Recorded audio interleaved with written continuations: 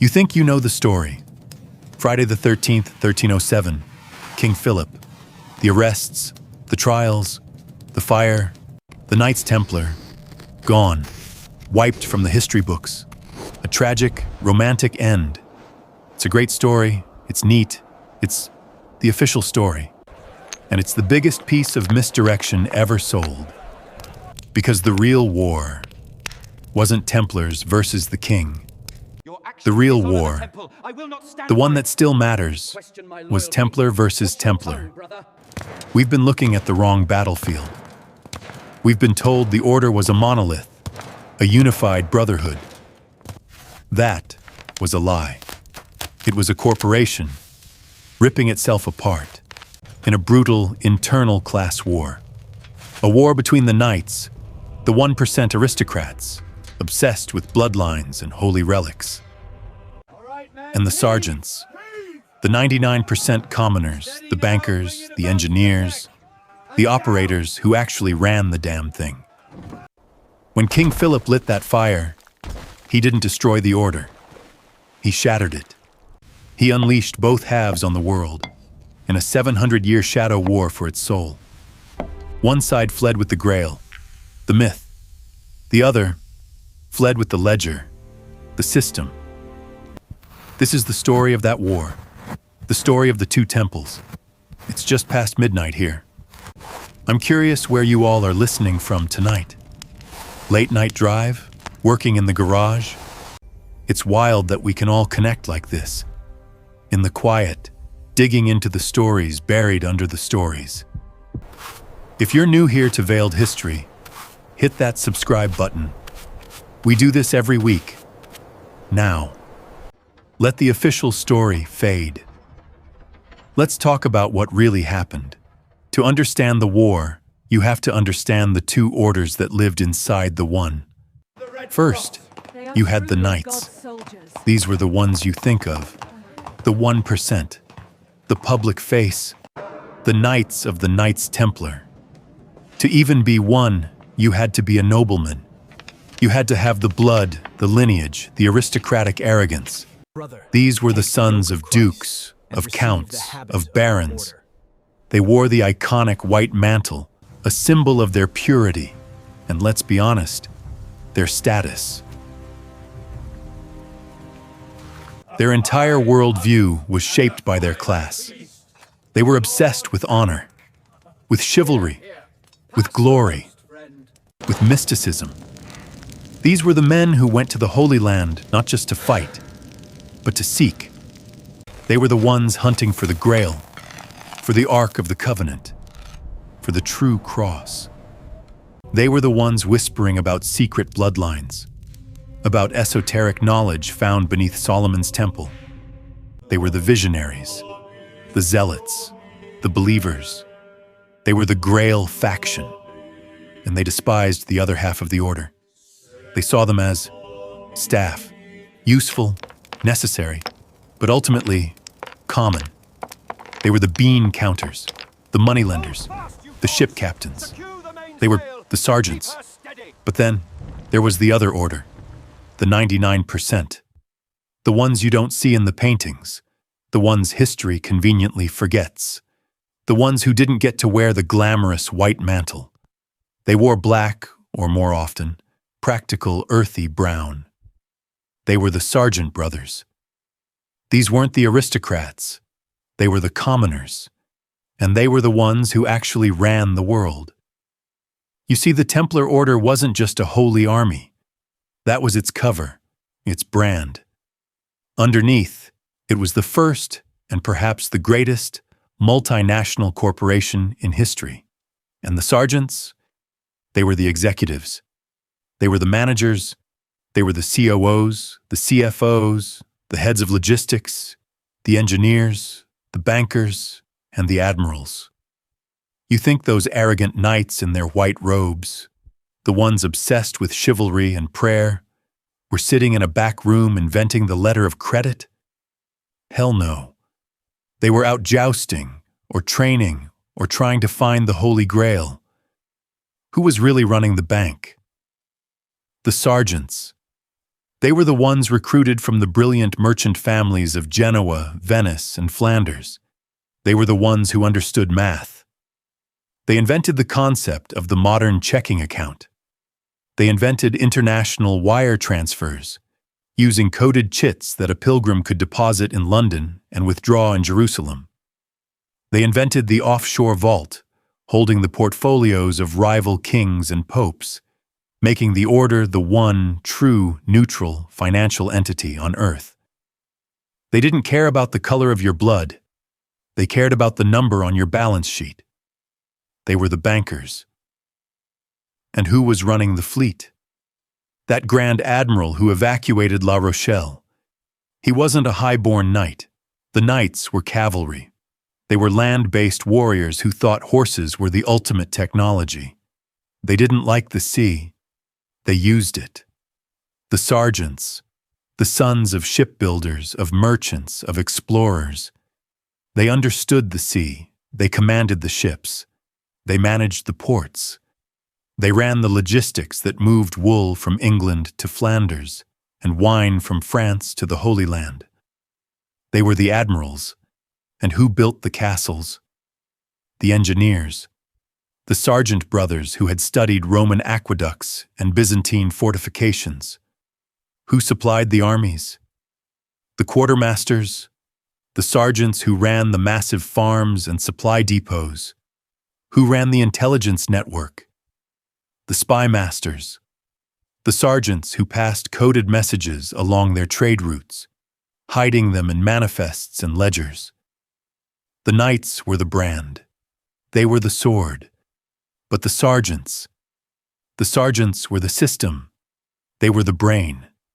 They were the ledger faction. And this created a massive internal schism, a ticking time bomb of pure, unadulterated class warfare hidden behind the cross. Imagine you're a sergeant brother.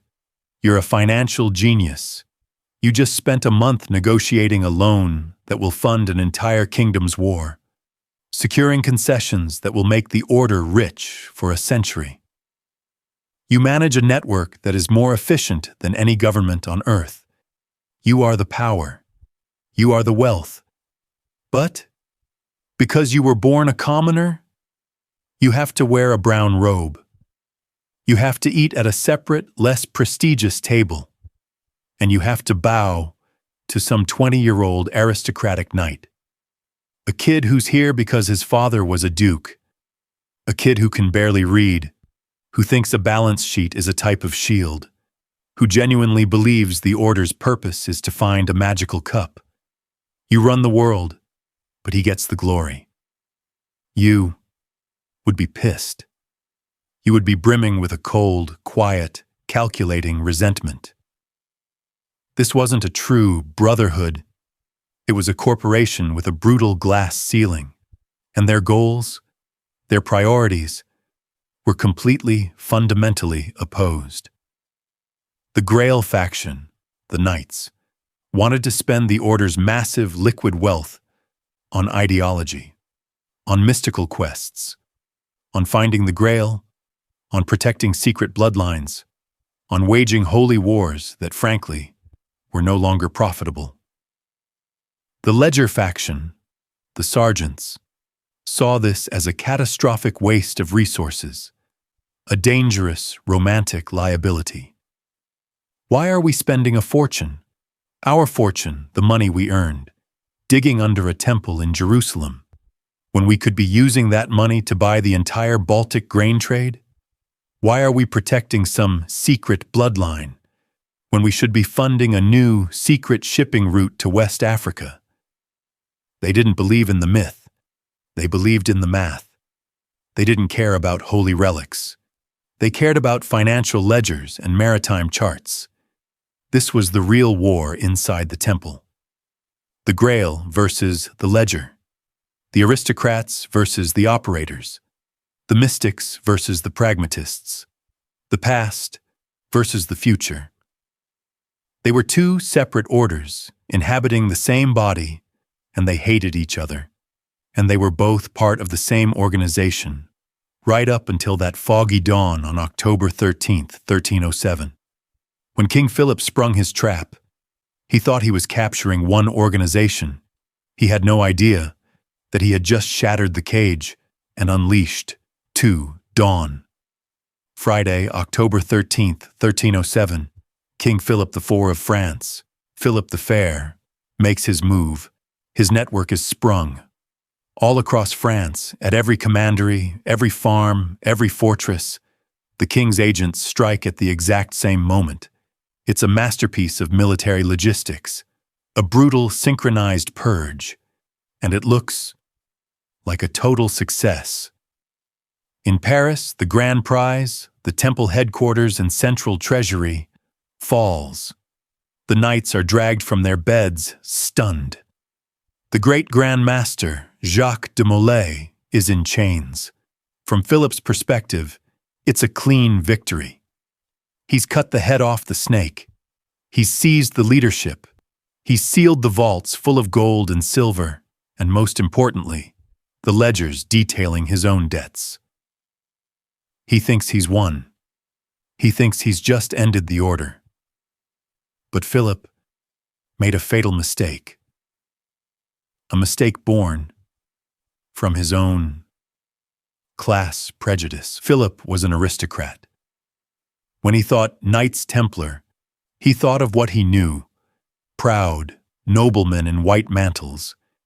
He thought of the men he saw at court, the aristocratic warriors who shared his own bloodlines. His target was his class. His entire campaign was designed to capture them. The knights, the Grail faction, the men with the titles, the land, the political influence. And in that, he succeeded brutally. His dungeons were soon full of Templar aristocrats, men who were quickly put to the rack to extract the heretical confessions Philip needed. But he forgot, or maybe he just never understood, that those men, they were just the public face. They were the brand. They were not the engine. While Philip's agents were busy congratulating themselves on capturing the nobles, they completely missed the 99%. They missed the sergeants, the ledger faction, the men in the brown robes, the commoners, the staff. The men an aristocrat like Philip would walk right past, not even registering them as a threat. He'd captured the warriors, but he'd let the operators walk. He'd seized the branch offices, but the core executive team had just evaporated. This wasn't just an oversight. It was a strategic blunder that would cost the monarchies of Europe for the next 500 years. Because on that fatal night, when the order was shattered, it didn't just die. It split. It bifurcated. The two souls of the temple, the Grail and the ledger, were violently torn apart, and they fled in two completely different directions, with two completely different goals. That night, two Templar ghosts were unleashed upon the world, and the war for the soul of the temple had truly begun. So King Philip makes his catastrophic blunder. He arrests the knights, the public-facing aristocrats, and in doing so, he thinks he's captured the order. He seized the men he saw as the threat, and he did get a lot of them. He got Jacques de Molay, the Grand Master. He got the inner circle in Paris. He got the men who, honestly, had grown complacent. The ones who sat in the Paris temple, comfortable in their role as bankers and political players. They didn't see the knife coming. But here's the thing about a secret society. The real secrets are rarely kept at headquarters. The Grail faction, those high-born mystics, the ones truly obsessed with the esoteric, the ones guarding the actual relics, the real covenant. Were they really sitting in Paris with de Molay? Or was de Molay just the decoy? The CEO of the public corporation? The Grail faction looked at the Paris temple as a bank, a vulgar necessity run by the sergeants. They wouldn't keep their most sacred, most unholy secrets. in a vault. They'd keep them in a sanctuary, a hidden commandery, maybe somewhere remote like the mystical highlands of the Razes near Rennes-le-Château, or in a deep pre-Christian crypt known only to the highest initiates. And these men, the true believers, the keepers of the blood, they saw this coming. They weren't blinded by politics and ledgers. They were watching the stars. They were reading the signs. They knew the political winds were turning, and they had already made their own evacuation plan. A plan that had nothing to do with the sergeant's plan. Remember, these two factions despised each other. They wouldn't even coordinate their own escape. So while King Philip's men were breaking down the gates in Paris, the real keepers of the Grail were already 2 days gone. They had moved north, carrying their precious non-financial cargo. What were they carrying? This is where the mainstream legends come from. They were carrying the relics, the Grail, the Ark, maybe even, as some legends whisper, the mummified head the Order was accused of worshipping, or perhaps a child. The custos sanguinis, the living bloodline that the Order was sworn to protect. This was their treasure. The soul of the Order as they saw it, not the balance sheets, and their destination was not the sea. That was the sergeant's escape route. The knights, the aristocrats, they ran north. They ran for the mists, for the highlands. They ran for Scotland. Why Scotland? It seems random, but it was the only logical choice for them. First, the Old Alliance. Scotland and France were traditional allies against England. The Scottish nobles and the French Templar nobles were family. They were cousins, uncles, nephews. It was a network of blood. They weren't fleeing to a random country. They were fleeing to their cousins' houses. Second, the Templars were already a massive power in Scotland. The Scottish kings had given them huge estates. Their Scottish headquarters, Ballintrodoch, now Temple Midlothian, was a major center of power. They weren't invading, they were just transferring. Third, and this is the masterstroke, King Robert the Bruce. In 1307, Robert the Bruce was not the respected king of Scotland. He was an outlaw. He was a rebel, fighting a desperate guerrilla war against England. And in 1306, just a year before the arrests, he had been excommunicated by the Pope. Think about that. The Pope was his enemy, an excommunicated king and an order of heretics. It wasn't just an alliance, it was a merger of outlaws. Robert the Bruce had nothing to lose by sheltering the Templars, and everything to gain. He didn't care about the Pope's warrants. Those warrants were worthless in Scotland. In fact, harboring the Pope's enemies was a good thing for him. And in return for this sanctuary, the Templars, the Grail faction, gave him the one thing he needed to win his war. They gave him knights. Disciplined, battle-hardened, heavy cavalry, the best in the world. This is the real story behind the legend of the Battle of Bannockburn in 1314. The story of that mysterious, divine cavalry charge that appeared at the last minute and shattered the English line. That wasn't God. That was the Templars making their first payment for sanctuary. So the Grail faction survives. They are in Scotland. They have an ally. Their precious relics and bloodlines are safe, and they begin to build their new legacy. A legacy of myth, a legacy of stone. They are the ones who will, generations later, supposedly funnel their mystical, esoteric knowledge into the building of Rosslyn Chapel. They are the ones who will survive within the Scottish nobility.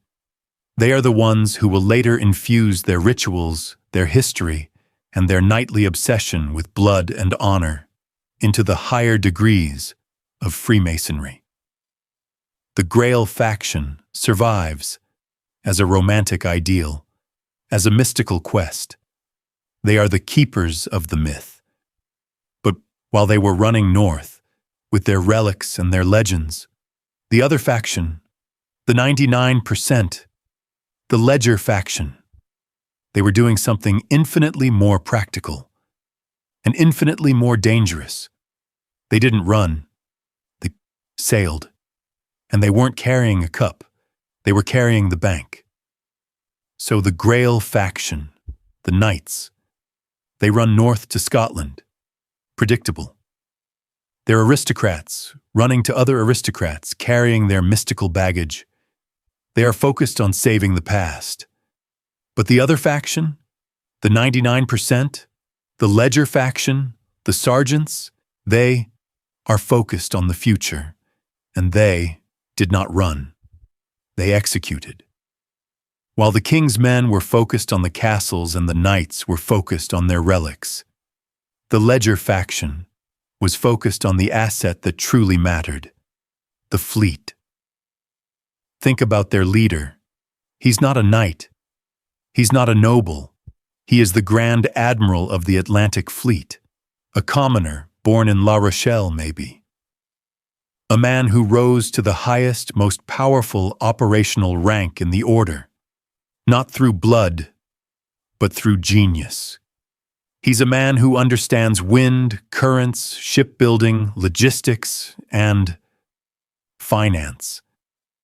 He is the ultimate sergeant, the ultimate operator, and he has zero loyalty to the mystical obsessions of the nobles he's forced to serve. He doesn't care about the Grail. He cares about the balance sheet. His true holy land is the ocean. And his evacuation plan, let's call it what the internal documents might have. Protocol Argentum. Argentum, silver. Not a holy war, but a financial protocol. A corporate asset protection plan. He gets the same warning as the Grail faction. Maybe from his own spies in Paris, hidden inside the king's bureaucracy. But his reaction is different. He doesn't panic. He doesn't run to Scotland. He goes to the docks at La Rochelle, and he doesn't evacuate relics. He evacuates the business. He initiates a corporate evacuation. While the knights are carefully wrapping a sacred skull or a piece of wood, the admiral's men are rolling barrels onto the flagships. Barrels filled not with wine, but with the real treasure. The ledgers, the ciphers, the lists of all their debtors, all their contacts, all their secret bank accounts in Genoa, Venice, and the Hanseatic League. They are evacuating the bank, and then they load the compass. This isn't the Grail. This is the tool that paid for the Grail. The collection of secret maps, the Portolan charts, the Arab navigation tools, the database of trade routes that allowed them to build their global financial empire. The knights fled with the soul. The sergeants fled with the brain. And their destination? Not the mists of Scotland. That's a dead end for a maritime corporation. No. The admiral, he turns his fleet south, towards the only kingdom that was both a naval power and had a pragmatic king, Portugal. Just like the Fleet of the Serpent scenario, this is the logical move. He sails for Portugal, not just for sanctuary, but to make a deal. He's not arriving as a refugee, he's arriving as the CEO of a multi-billion-dollar corporation, with his entire asset list and client database intact. He's arriving ready to negotiate. He has what King Dinis needs, a world-class navy and a global intelligence network. This is the second ghost of the Templar Order, unleashed on the world. The Grail faction has gone north to build a legacy of myth. The Ledger faction has gone south to build a legacy of money. And the king's fatal mistake is now complete. He has captured the body, but he has allowed both halves of its powerful, warring soul to escape. The real war has just begun. So King Philip makes his catastrophic blunder. He arrests the knights, the public-facing aristocrats, and in doing so, he thinks he's captured the order. He's seized the men he saw as the threat, and he did get a lot of them. He got Jacques de Molay, the Grand Master. He got the inner circle in Paris. He got the men who, honestly, had grown complacent. The ones who sat in the Paris temple, comfortable in their role as bankers and political players. They didn't see the knife coming. But here's the thing about a secret society. The real secrets are rarely kept at headquarters. The Grail faction, those high-born mystics, the ones truly obsessed with the esoteric, the ones guarding the actual relics, the real covenant. Were they really sitting in Paris with de Molay? Or was de Molay just the decoy, the CEO of the public corporation? The Grail faction looked at the Paris temple as a bank, a vulgar necessity run by the sergeants. They wouldn't keep their most sacred, most unholy secrets in a vault. They'd keep them in a sanctuary, a hidden commandery. Maybe somewhere remote like the mystical highlands of the Razès near Rennes-le-Château, or in a deep pre-Christian crypt, known only to the highest initiates. And these men, the true believers, the keepers of the blood, they saw this coming. They weren't blinded by politics and ledgers. They were watching the stars. They were reading the signs. They knew the political winds were turning, and they had already made their own evacuation plan. A plan that had nothing to do with the sergeant's plan. Remember, these two factions despised each other. They wouldn't even coordinate their own escape. So while King Philip's men were breaking down the gates in Paris, the real keepers of the Grail were already 2 days gone. They had moved north, carrying their precious, non-financial cargo. What were they carrying? This is where the mainstream legends come from. They were carrying the relics, the Grail, the Ark, maybe even, as some legends whisper, the mummified head the Order was accused of worshipping. Or perhaps a child, the custos sanguinis, the living bloodline that the Order was sworn to protect. This was their treasure. The soul of the Order as they saw it, not the balance sheets, and their destination was not the sea. That was the sergeant's escape route. The knights, the aristocrats, they ran north. They ran for the mists, for the highlands. They ran for Scotland. Why Scotland? It seems random, but it was the only logical choice for them. First, the Auld Alliance. Scotland and France were traditional allies against England. The Scottish nobles and the French Templar nobles were family. They were cousins, uncles, nephews. It was a network of blood. They weren't fleeing to a random country. They were fleeing to their cousins' houses. Second, the Templars were already a massive power in Scotland. The Scottish kings had given them huge estates. Their Scottish headquarters, Ballintrodoch, now Temple Midlothian, was a major center of power. They weren't invading, they were just transferring. Third, and this is the masterstroke, King Robert the Bruce. In 1307, Robert the Bruce was not the respected King of Scotland. He was an outlaw. He was a rebel, fighting a desperate guerrilla war against England. And in 1306, just a year before the arrests, he had been excommunicated by the Pope. Think about that. The Pope was his enemy. An excommunicated king and an order of heretics. It wasn't just an alliance, it was a merger of outlaws. Robert the Bruce had nothing to lose by sheltering the Templars, and everything to gain. He didn't care about the Pope's warrants. Those warrants were worthless in Scotland. In fact, harboring the Pope's enemies was a good thing for him, and in return for this sanctuary, the Templars, the Grail faction, gave him the one thing he needed to win his war. They gave him knights, disciplined, battle-hardened, heavy cavalry, the best in the world.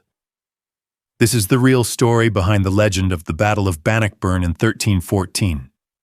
The story of that mysterious, divine cavalry charge that appeared at the last minute and shattered the English line. That wasn't God. That was the Templars, making their first payment for sanctuary. So, the Grail faction survives. They are in Scotland. They have an ally. Their precious relics and bloodlines are safe, and they begin to build their new legacy. A legacy of myth, a legacy of stone. They are the ones who will, generations later, supposedly funnel their mystical, esoteric knowledge into the building of Rosslyn Chapel. They are the ones who will survive within the Scottish nobility. They are the ones who will later infuse their rituals, their history, and their nightly obsession with blood and honor into the higher degrees of Freemasonry. The Grail faction survives as a romantic ideal, as a mystical quest. They are the keepers of the myth, but while they were running north, with their relics and their legends, the other faction, the 99%, the Ledger faction, they were doing something infinitely more practical and infinitely more dangerous. They didn't run. They once sailed, and they weren't carrying a cup. They were carrying the bank. So the Grail faction, the Knights, they run north to Scotland. Predictable. They're aristocrats, running to other aristocrats, carrying their mystical baggage. They are focused on saving the past. But the other faction, the 99%, the Ledger faction, the sergeants, they are focused on the future. And they did not run. They executed. While the king's men were focused on the castles and the knights were focused on their relics, the Ledger faction was focused on the asset that truly mattered, the fleet. Think about their leader. He's not a knight. He's not a noble. He is the Grand Admiral of the Atlantic Fleet. A commoner born in La Rochelle, maybe. A man who rose to the highest, most powerful operational rank in the order, not through blood, but through genius. He's a man who understands wind, currents, shipbuilding, logistics, and finance. He is the ultimate sergeant, the ultimate operator, and he has zero loyalty to the mystical obsessions of the nobles he's forced to serve. He doesn't care about the Grail, he cares about the balance sheet. His true holy land is the ocean, and his evacuation plan. Let's call it what the internal documents might have. Protocol Argentum. Argentum, silver. Not a holy war, but a financial protocol, a corporate asset protection plan. He gets the same warning as the Grail faction, maybe from his own spies in Paris, hidden inside the king's bureaucracy. But his reaction is different. He doesn't panic. He doesn't run to Scotland. He goes to the docks at La Rochelle, and he doesn't evacuate relics. He evacuates the business. He initiates a corporate evacuation, while the knights are carefully wrapping a sacred skull or a piece of wood. The admiral's men are rolling barrels onto the flagships, barrels, filled not with wine, but with the real treasure.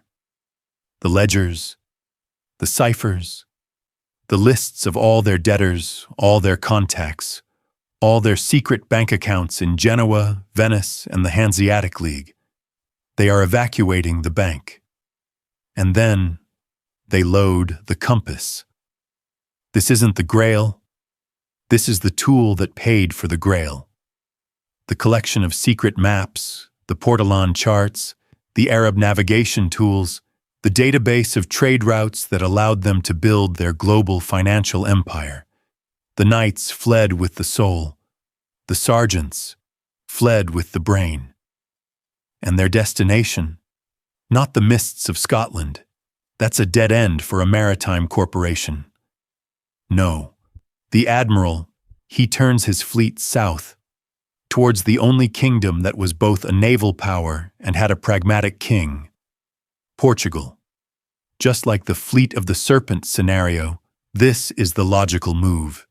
He sails for Portugal, not just for sanctuary, but to make a deal. He's not arriving as a refugee, he's arriving as the CEO of a multi-billion-dollar corporation, with his entire asset list and client database intact. He's arriving ready to negotiate. He has what King Dinis needs: a world-class navy and a global intelligence network. This is the second ghost of the Templar Order, unleashed on the world. The Grail faction has gone north to build a legacy of myth. The Ledger faction has gone south to build a legacy of money. And the king's fatal mistake is now complete. He has captured the body, but he has allowed both halves of its powerful warring soul to escape. The real war has just begun. So the Ledger faction has sailed south, a ghost corporation seeking a new market. But what about the Grail faction? The aristocrats, the mystics, the ones who fled north with their relics and their purpose. They arrive in Scotland, not as a conquering army, but as guests. Desperate, yes, but incredibly valuable guests. They are welcomed by a king who is, by all definitions, an outlaw just like them. Robert the Bruce, a man fighting a guerrilla war against the overwhelming power of England's Edward II. A man who, having been excommunicated by the Pope, has absolutely zero reason to respect the papal bull demanding the Templars' arrest. Sheltering the Templars isn't just an act of defiance for him. It's a strategic masterstroke. He gains, in one move, a corps of the most elite, battle-hardened heavy cavalry in the world, whose loyalty is now absolute, forged in shared disgrace. This is an alliance of nobles. The Templar Knights, with their French aristocratic blood, see Robert the Bruce not as a banker or a merchant, but as one of them. A warrior, a king. They respect his lineage. He respects their prowess. This is a bond the Ledger faction could never understand. It's a bond of honor, not profit. And the Templars, they are ready to pay for their sanctuary. Fast forward to 1314. The same year Jacques de Molay is burning in Paris, Robert the Bruce is facing his ultimate test, the Battle of Bannockburn. The English army is a massive, glittering host, confident of crushing the Scottish rebels. The battle hangs in the balance. The Scottish schiltrons, their formations of spearmen, are holding, just barely, against the catastrophic charges of the English heavy horse. The battle is a bloody stalemate. And then, the legend. The story that every Scottish schoolchild knows. At the climax of the battle, a new force appears on the ridge, a fresh contingent of mounted knights. Their banners are strange, unrecognized. Some say they flew the Beauséant, the Templar battle flag. They charge not as part of the Scottish army, but as an independent force. They hit the English flank like a thunderbolt, shattering their formations, turning the tide of the battle and winning Scotland its freedom. Sound of a cavalry charge, distant shouts. Who were they? Historians debate it. Veiled history. We know. This was the Grail faction, making good on their alliance. This was the payment for their new home. But this battle, it wasn't just about winning a war for their new host. It was about preserving their new sanctuary, their new base of operations. Their holy land had failed them. France had betrayed them. Scotland was now their fortress, their temple, and they would fight to the death to protect it. With their survival secured, their alliance with the Scottish nobility cemented in blood, the Grail faction could finally turn to their true purpose, not fighting, but preserving. Their legacy wasn't going to be written in ledgers. It was going to be carved in stone. So the Grail faction is secure. Their alliance with the Scottish crown, sealed in the blood of Bannockburn, has given them a new, permanent, and defiant home. But their war has changed. They are no longer fighting the English. Their true enemy, the one that dismantled their order, was King Philip and the Pope, a system of centralized monarchical power. They can no longer fight it with swords, and they've been separated from their bank. The Ledger faction took the money, the ships, the system. So what does the Grail faction have left? They have their identity, their lineage, their rituals, and their secrets. The esoteric secrets. The mystical knowledge of the East, the whispers of Gnosticism, the sacred geometry, and the Grail itself. Whatever that really is. Whether it's a cup, a document, or a bloodline. Their new mission, therefore, isn't conquest. It's preservation. How do you preserve a secret so profound that the world tried to burn you for it? You don't write it in a book. Books can be burned, as their brothers in Aragon were proving. You don't hide it in a vault. Vaults can be raided. No. You do what the ancient builders of the pyramids did. You encode it. You hide it in plain sight. You build a testament of stone. You weave your secrets into a language that only the initiated can read. You create a codex of granite. Fast forward about 100 years. The immediate danger is past. The Grail faction has fully integrated. They are the Scottish nobility now. Families like the Sinclairs, Earls of Orkney, whose lineage is drenched in Templar connections. And in the 1440s, William Sinclair, a man who is not just a noble, but a patron of the stonemason guilds, begins construction on a small private chapel. It's called Rosslyn Chapel. If you've ever seen it, you know. This is not a normal church. It's something else. It's too ornate, it's too strange. The official story is it's a chapel for the family. The real story, the one whispered in the lodges, is that this is the Grail faction's ultimate statement. Their archive. Their hidden in plain sight secret. Step inside. The entire building is writhing with carvings. And they aren't just Bible stories. Oh no. You have hundreds of green men, pagan symbols of fertility and resurrection. You have corn, maize, carved into the arches, a plant that is only native to the Americas. Carved here, decades before Columbus discovered the New World. How? Unless the Templar archive, the part the Knights kept, also had maps? Or perhaps the two factions, Grail and Ledger, were not yet enemies, but simply separated, and still sharing data? Or maybe the Grail faction also had access to the compass? That's a story for another night. But the point is, Rosslyn is a library of forbidden knowledge. The famous apprentice pillar. The legend says the master mason killed his apprentice in a jealous rage over its beauty. That's the public story. The secret story? The pillar is a cipher, a map, a key. Its intricate spirals are a code, hiding the location of the true vault. The vault beneath the chapel, where the Grail faction's most precious relics, the Grail itself, or the head, or the bloodline's records, are still buried.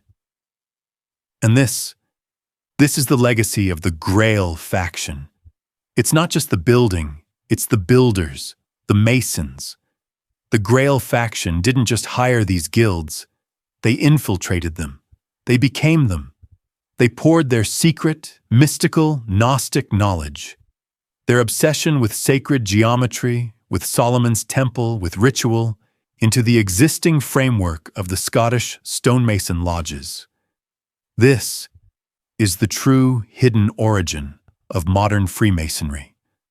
The rituals, the secret handshakes, the degrees of initiation, the obsession with hierarchy and knightly virtues, the York Rite and Scottish Rite, with their Knights Templar degrees. This is the direct lineage of the Grail faction. They are the keepers of the myth. Their legacy is romantic.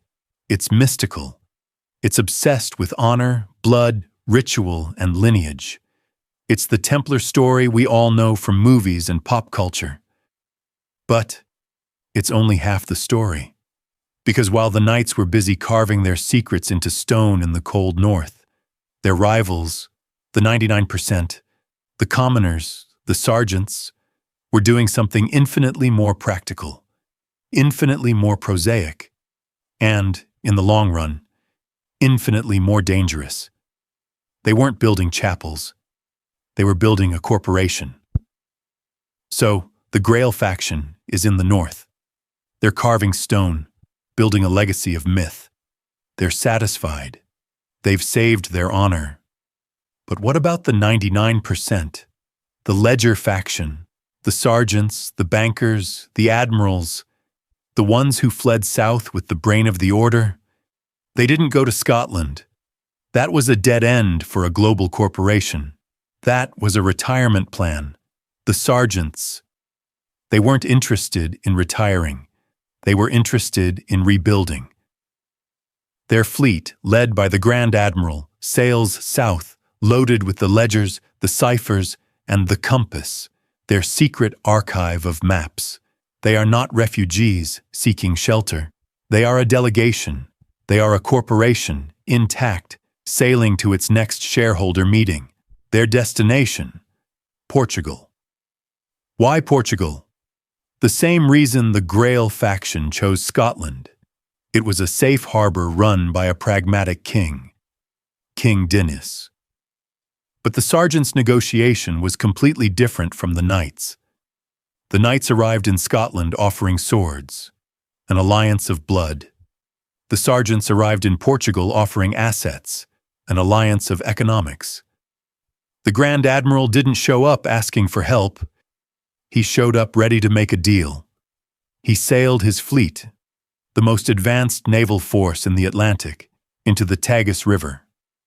He went to King Dinis and, in essence, said, "The King of France and the Pope have just declared our brand illegal.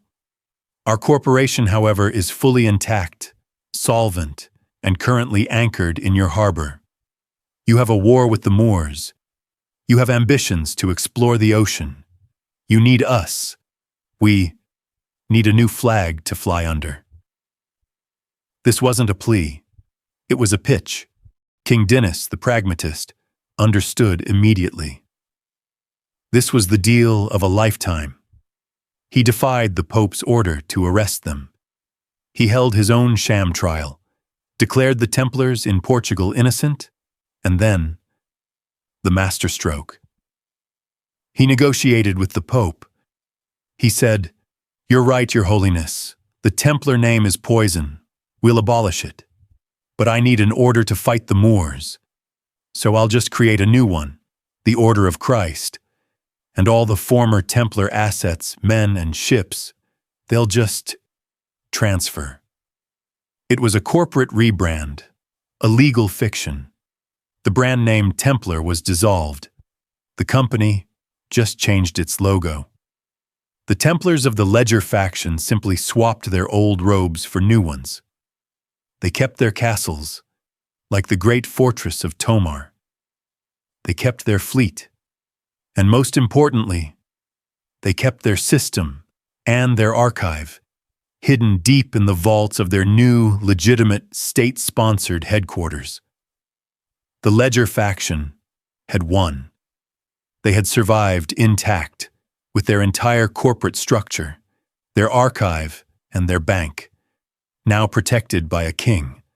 But they had a problem. The knights in Scotland had their myths. The sergeants in Portugal had just lost their entire European network, their farms, their banks, their properties, all gone. They were safe, but they were poor, and a corporation cannot survive without a profit. Their new mission was simple: rebuild the treasury. So the Ledger faction has a new, legitimate corporate identity: the Order of Christ. They have a secure fortress at Tamar. They have their fleet. And they have their brain, the ledgers, the ciphers, and the compass, hidden in the vaults. But they are a corporation. And a corporation with no cash flow is a dead corporation. Their old assets, the farms of France, the banks of London, are gone. Seized by Philip, or worse, handed over to their hated rivals, the Hospitallers. They must rebuild their treasury from zero. But how? They can't just open a new bank. The Templar name is poison, and the Order of Christ is on paper a minor holy order, not a financial powerhouse. Every major trade route in Europe, every market, every gold dinar, is controlled by their enemies: the Pope, the King of France, the merchant kings of Venice and Genoa. If they try to compete openly, they will be crushed before they even begin. This is where the genius of the sergeants, the pragmatism of the Ledger faction, comes into play. They don't compete in the known world, they leave it. Their greatest asset isn't a castle, it's the compass, that secret archive of maps, the ones the Knights, the Grail faction, probably dismissed as vulgar charts for trade. The sergeants knew these charts were money. They knew these charts, compiled from 2 centuries of Templar navigation, from Arab sailors, from Genoese spies, showed routes that no one else in Christendom knew existed. They showed a shadow economy. So from the secure ports of Portugal, the Order of Christ begins its real business. Publicly, they are a holy order, preparing for a crusade against the Moors, a respectable, pious facade. But privately, they're ships. The real descendants of the La Rochelle fleet slip their moorings, 1 or 2 at a time, with no fanfare. They sail south.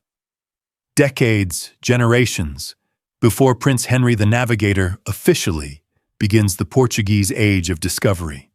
The Ledger faction is already doing it. They are not exploring. They are not discovering. They are following their maps. They are activating dormant trade routes. The compass shows them how to use the Canary Current, how to find the hidden safe anchorages along the West African coast, places far beyond the reach of their rivals. They arrive not as conquerors, but as traders. They bring iron, tools, wine, and they trade for untraceable assets. Gold dust from riverbeds the Venetians have never heard of, ivory, rare spices. This isn't just profit. This is offshore wealth. This is a shadow treasury, flowing directly back to Tomar, with no papal tax, no king's levy, no ledger entry that any enemy can ever seize. This is the Serpent's Bank. While the Grail faction in Scotland is spending its time carving mystical symbols into a chapel, the Ledger faction in Portugal is building a global financial network. This is the fundamental difference between the 2 souls of the temple. The knights are building a myth. The sergeants are building capital. For 100 years, they patiently build this secret wealth. They become, once again, fabulously, invisibly rich. They are a sovereign wealth fund disguised as a minor holy order. They are waiting. They are watching the Grail faction up north, perhaps with contempt. Look at them, the admiral might say. obsessed with their old stones and their dead kings, while we are building the future. They are waiting for the imbalance, for the moment when the world that betrayed them finally cracks. And in 1517, when a monk named Martin Luther nails a piece of paper to a church door, that crack appears. The Reformation, the Catholic world, the world of the Pope who burned them and the king who betrayed them, explodes. And the Ledger faction, now rich, secure, and holding a 200-year-old grudge, finally has its opportunity. They are about to weaponize their bank. They are about to fund the enemy. The Reformation isn't just a religious split, it's an economic earthquake. The year is 1517, and as Martin Luther's ideas spread like wildfire, the old, stable Catholic world, the world of the Pope and the Holy Roman Emperor, fractures. For the sergeants, the Ledger faction, watching patiently from Tomar, this is the moment. The imbalance they've been waiting for. Their ancient enemies, the papacy and its primary enforcer, the vast Spanish Empire, now allied with France's interests through the Habsburgs, are suddenly bogged down in a war on a new front. They are fighting the Protestants, the heretics, the rebellious German princes, the defiant Dutch, the opportunistic English, and the sergeants. They make a cold, pragmatic, corporate decision. Remember, this Ledger faction has no loyalty to the Pope. The papacy condemned them, burned their brothers, and gave their property to their rivals, the Hospitallers. And the Grail faction, with their mystical obsessions, had run off to Scotland to play kingmaker. The sergeants were alone, and their only loyalty was to their system and their balance sheet. So what do? They look at this new, fractured map of Europe, and they apply the eternal rule: the enemy of my enemy is my friend. The Protestants, the heretics, are now the sergeant's single greatest asset. They are the perfect weapon. A massive, furious, self-motivated army already in the field, already dedicated to exactly what the sergeants want: to bleed the papacy and break the Spanish Empire. The sergeants don't care about Lutheranism or Calvinism. That's just ideology. They care about opportunity. And this is the greatest business opportunity in 200 years. So, the Serpent's Bank, which for a century had been quietly running its grey trade routes, now activates. It pivots. It becomes a war chest. The Grand Admiral, or his successor, doesn't just build a treasury, he weaponizes it. He begins to secretly fund the Protestant cause. This is the birth of the proxy war. Think about it. Where did the sea beggars, those ragged Dutch pirates fighting for independence from Spain, suddenly get the money for heavy cannons and new ships? Where did the English sea dogs, privateers like Francis Drake, get the uncanny intelligence about Spanish treasure fleet movements? The official story is royal patronage, or luck. The real story, the Ledger story, is that they had a silent partner. The sergeants, from their neutral base in Portugal, began to move their untraceable offshore gold. They laundered it through neutral merchant houses in Antwerp and Hamburg. They provided loans to rebellious German princes. They secretly sold high-quality steel and timber to the Dutch rebels. And most importantly, they provided their maps, the compass, to the English for a price. That price? A share of the plunder and a relentless, focused assault on their true enemy, the Spanish treasure fleets. This wasn't charity. It was business. It was revenge. For every Spanish galleon Drake sank, the English crown got richer, yes. But the sergeants got their vengeance. They were crippling the bank of their enemy. They were achieving their 200-year-old goal, and getting paid to do it. This is the true legacy of the Ledger faction. While the Grail faction in Scotland was busy creating myths and rituals in stone, the Ledger faction was busy funding wars and manipulating markets. They were two halves of the Templar soul, now fully at war with the world, and perhaps, soon, with each other. Because this new, aggressive, profitable war was about to pull the sergeants out of the shadows of Portugal and into a new, lawless, sun-drenched theater of operations. The Grail faction had taken the cold north. The Ledger faction was about to take the Caribbean. The proxy war is a stunning success. The Ledger faction, operating from the quiet, neutral shadows of Tomar, is achieving its 200-year-old goal. Spain, the Pope's enforcer, is bleeding silver. The Protestant heretics are doing the dirty work. The sergeants are getting rich and getting their revenge. It's the perfect, deniable offshore operation. But it's too successful, and it's creating a new, critical problem. The Order of Christ in Portugal, that's their public face. It's a Catholic order in a Catholic country that is, at least on paper, allied with Spain. The Serpent's Bank is now funding a massive war against its own public allies. This is a dangerous game. The mask is starting to slip. Spain's spies, the Inquisition, their old rivals, the Hospitallers, they aren't stupid. They can see the patterns. They can see the intelligence that Drake and the sea beggars are using. They can trace the money. And the trail, no matter how well hidden, will eventually lead back to Portugal. The Ledger faction is in danger of repeating the exact same mistake that got the order destroyed in 1307. They've become too visible, too successful, too rich, all while based in a kingdom that is not truly their own. They need to move the operation. They need to separate the corporation, the serpent, from the public-facing brand, the Order of Christ.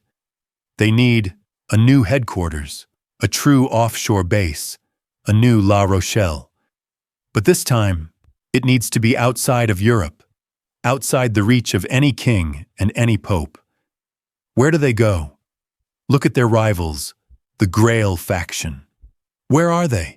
They're in Scotland, hiding in stone chapels, cozying up to the Stuart monarchy, obsessed with land and lineage. To the Ledger faction, this is pathetic. It's weak. It's the old way of thinking. It's the very thinking that got them destroyed.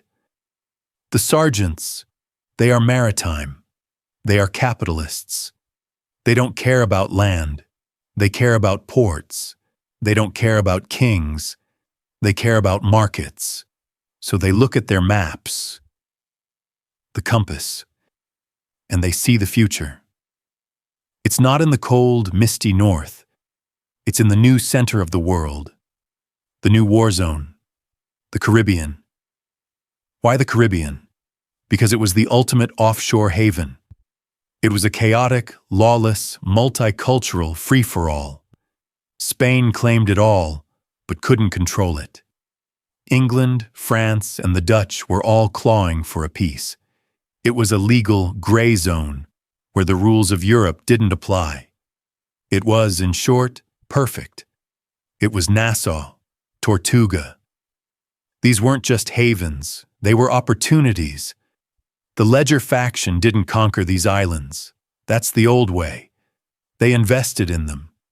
They arrived not as knights, but as the bankers, the financiers, the organizers. They found the existing, chaotic pirate mobs, and they gave them a system. Think about the pirate republic in Nassau. History paints it as an anarchist mess. But look closer. They had articles. They had a code. They had elections. They had shares. They had insurance for injured men. Does that sound like chaos? Or does that sound like a corporate charter? Like the rule of a military order rewritten for profit? This was the Ledger faction at work. They created the Pirate Republic. It was their new corporation, a sovereign offshore corporate state run by them, disguised as anarchy. They funded the ships, they laundered the gold, and they directed the attacks, using the intel from the Compass in their ongoing proxy war against Spain. This was their new, true headquarters, a company with a private navy. But this move, this brilliant, pragmatic corporate move, just created a new problem. It put the Ledger faction in the exact same neighborhood as their old aristocratic rivals. But the Ledger faction, the sergeants, they weren't the only descendants of the Temple to see the promise of the New World. While they were building their anti-monarchical pirate republic in the chaotic, ungoverned spaces like Nassau and Tortuga, their old rivals, the Grail faction, the aristocrats who fled to Scotland, were also crossing the Atlantic. But they came in a completely different way. They didn't come as pirates. God, no. That was vulgar. That was the sort of grubby, profitable work the sergeants would do. No, the Grail faction, with their obsession with lineage, honor, and order, came as the establishment. Remember, their legacy wasn't about money. It was about myth and blood. Their ancestors, the knights who fled to Scotland, had integrated directly into the Scottish and English nobility. They were part of the system now. They were the ones who, through their Freemasonic lodges, whispered in the ears of kings. They were the ones who believed in divine right, in hierarchy, in bloodlines, because they believed their bloodline was the most special of all. So when England began to build its own empire in the New World, they were the ones who got the charters. They were the ones appointed as royal governors. They were the ones given vast, sprawling land grants by the king. They didn't settle in the chaotic dens of Nassau. They built the great plantations of Virginia. They built the massive sugar estates of Barbados, and they became the ruling class of Jamaica after England seized it from Spain, turning it into a powerful, orderly naval base. Do you see the conflict? It's perfect. It's the original internal class war of the Templar Order, now mapped onto the New World. In the same theater of operations, the Caribbean, you now have both factions. One, the Ledger faction, the sergeants, pirates, based in Nassau.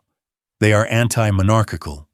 They believe in a corporate, merit-based, or at least profit-based system. They control the chaotic, sea-based economy. They are the disruptors. Two, the Grail faction, the Knights aristocrats, based in Jamaica and Virginia. They are hyper-monarchical. They believe in blood, land, and order. They control the stable, plantation-based economy. They are the establishment. The Ledger faction, the pirates, looks across the water at the Grail faction, the governors, and sees the same arrogant, lazy, noble-born parasites they were forced to serve in 1307. The same system that betrayed them, and the Grail faction looks at the pirates, and they are horrified. They see traitors. They see sergeants who abandoned their oaths, who embraced chaos, who disgraced the holy name of the temple by becoming common, grubby thieves. They see them as a stain on their shared history, an insult to their honor. This isn't just business versus nobility. This is a holy war between the two souls of the Templar Order. The Ledger faction is actively undermining the Grail faction's entire world by raiding the plantations, disrupting the slave trade, which funded the plantations, and crippling the king's economy. And the Grail faction, now firmly in bed with the English crown, sees this pirate republic as a cancer, a heresy against their ideals of order and blood. It must be destroyed. The Caribbean, is not big enough for both of them. And this is the real secret war. It's not just England versus piracy, it's Templar versus Templar, and it's about to explode. So the board is set. The New World, specifically the Caribbean, has become the new battlefield for this 400-year-old class war. It's not just a rivalry anymore, it's an ideological war, a holy war, for the soul of the Templar Order. Think about it from the Grail faction's perspective. These are the aristocrats, the nobles, based in their grand plantations in Jamaica and Virginia. They are royal governors, landowners, men of order. They are members of the English establishment. They still practice their secret, mystical rituals, passed down from their ancestors in Scotland. They still believe they are the true heirs, the guardians of the Grail, the blood, the honor of the order. Their entire identity is built on lineage, chivalry, and a rigid hierarchy. And then, they look across the water, at Nassau, at the Pirate Republic. And what do they see? They see anarchy, they see chaos, they see commoners, the descendants of the sergeants they always despised, running wild. They see the sacred name of the temple, in their view, being dragged through the mud. These pirates, these Ledger descendants, they haven't just abandoned the Templar ideals, they are actively desecrating them. They've traded the cross for the Jolly Roger. They've traded honor for profit. They've traded loyalty to a higher purpose, for democracy and anarchy. To the Grail faction, the Pirate Republic isn't just a criminal nuisance. It's a heresy, a stain on their shared history, a monstrous, bastard child of the order that must be purged. They see the pirates as a shameful betrayal, a living insult to the memory of Jacques de Molay. Now flip it. How does the Ledger faction, the sergeants, the operators, the pirates based in Nassau, see them? They look at the Grail faction, and they see something even worse. They see hypocrites, they see traitors, they see the ultimate act of betrayal. You, the pirates must have thought, you aristocrats, you keepers of the Grail, who destroyed us in 1307? It wasn't just a king. It was your king. It was your class. It was the system of monarchy and aristocracy that you represent. And what did you do after you fled to Scotland? You immediately allied with another king. You rejoined the very system that burned our brothers. You built your chapels, your lodges, your myths, all while kissing the ring of the royal power that tried to exterminate us. You are the real traitors. You are the ones who spat on the order. You see, this is an unsolvable conflict. The Grail faction believes the Ledger faction betrayed the order's soul, its honor. The Ledger faction believes the Grail faction betrayed the order's life by siding with their murderers, the kings. And now, in the Caribbean, this ancient, bitter resentment has a physical battleground. The pirates, Ledger, are actively raiding the plantations and shipping lines owned by the nobles, Grail. This isn't just piracy. It's a targeted, internal class war. The Ledger faction is waging economic warfare on their old masters, and the Grail faction, embedded in the English government, has the power to finally crush their ancient rivals. They don't just support England's war on piracy. They instigate it. They demand it. They lobby the king. They push for a final solution to the Nassau problem. This isn't just about securing trade routes for England. That's the public excuse. It's about settling the score. It's about eradicating the heretical sergeants once and for all. And they have the perfect man for the job. A man who isn't just a king's man, but one of their men. The Grail faction now has the motive. They have the will. And embedded as they are within the highest levels of the British aristocracy and government, they now have the power. The king wants piracy gone. They want their rivals purged. Their goals have aligned. The Ledger faction's pirate republic must be destroyed. But how? This is a delicate operation. You can't just send a massive Royal Navy fleet to bombard Nassau. That's clumsy. That's crude. The pirates would simply scatter, melt back into the thousands of coves in the Caribbean, and continue their war. No, you don't need a hammer. You need a scalpel. You need an operator. You need someone who doesn't just understand naval warfare, but who understands the pirate mind. Someone who can infiltrate, divide, and conquer them, not just fight them. And the Grail faction, the aristocrats, the nobles, the high-degree Freemasons in their private London lodges, they have the perfect candidate. A man who, in their eyes, is one of them.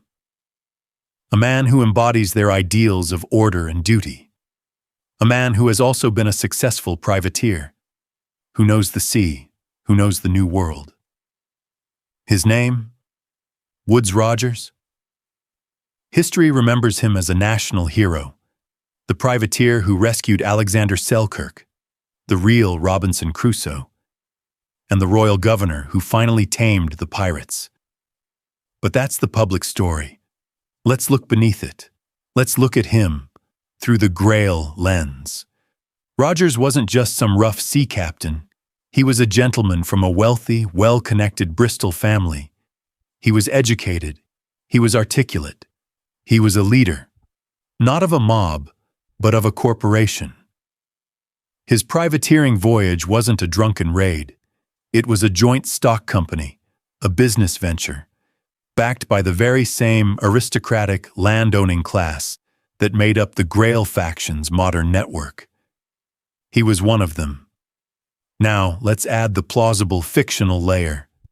Is it really a stretch to think that a man this connected, this ambitious, this obsessed with order and national glory, was also an initiate?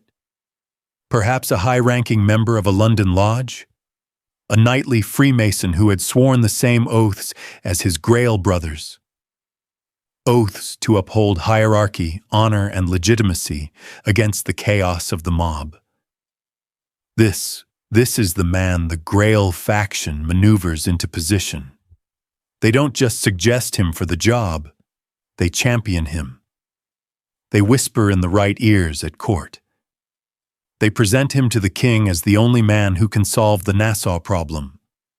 His mission, publicly, is to restore order to the Bahamas, a colonial governorship. But his secret mission, the one given to him by his Grail brothers, is far darker. It is an inquisition. His mission is to sail to Nassau and destroy the Ledger faction, to exterminate the sergeant's anarchist republic, to purge this heretical, commoner-led stain on the Templar legacy. And they give him a weapon far more powerful than any cannon, a weapon of pure psychological warfare, designed to break the Ledger faction from the inside out. They give him the king's pardon. Think about this. The Grail faction, the aristocrats, they understand honor. They don't understand profit. They despise it. But the Ledger faction, the sergeants, the pirates, their entire system is built on profit, on pragmatism, on the deal. The king's pardon is a business deal. It's a lever aimed directly at the Ledger faction's soul. Rogers, the Grail's agent, doesn't sail just as a warrior. He sails as a tempter. He will arrive in Nassau Harbor and offer every single pirate the ultimate deal. You Ledger men, the pardon essentially says, you've made your profit. You've had your fun. But your business model is now obsolete. We, the establishment, the order, are taking over. Here's the offer. Surrender. Bend the knee. Accept the king's authority, and by extension, our authority, and you get to keep your money. You get to retire. You get to become respectable. You get to join us. It's brilliant. It's diabolical. It forces the Ledger faction to choose. Do they stick to their chaotic, free ideals? Or do they take the profit, the thing they truly value? Rogers, the Grail agent, is using the sergeant's own pragmatism against them. He knows that a corporation built on greed will always fracture when offered a better deal. The trap is set. In 1718, Woodes Rogers, armed with his warships, his governor's commission, and his devastating psychological weapon, sails for Nassau. He is not just a governor coming to restore order. He is the Grand Inquisitor of the Grail faction, arriving to purge the Ledger traitors with forgiveness and fire. So the trap is set. July 1718, Woodes Rogers, the Grail's agent, sails his Royal Navy squadron into the bright turquoise water of Nassau Harbor. This isn't just an attack. It's a checkmate. The harbor is filled with pirate ships, the heart of the Ledger faction's naval power. And Rogers doesn't just open fire. That's not the Grail's style. That's clumsy. He anchors, he blocks the harbor, and he sends a message ashore. The message is the king's pardon, the deal. Imagine the chaos this causes. The Pirate Republic, the Sergeant's Republic, which had stood united for decades against the Spanish Empire, against the entire world, fractures in one afternoon. This is the moment of the great schism within the Ledger faction itself. Because the Ledger faction, the sergeants, they were always bound by pragmatism, not honor.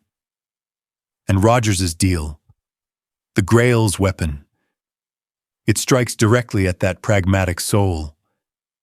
In the smoky, rum-filled taverns of Nassau, 100 arguments erupt. The Republic tears itself in two.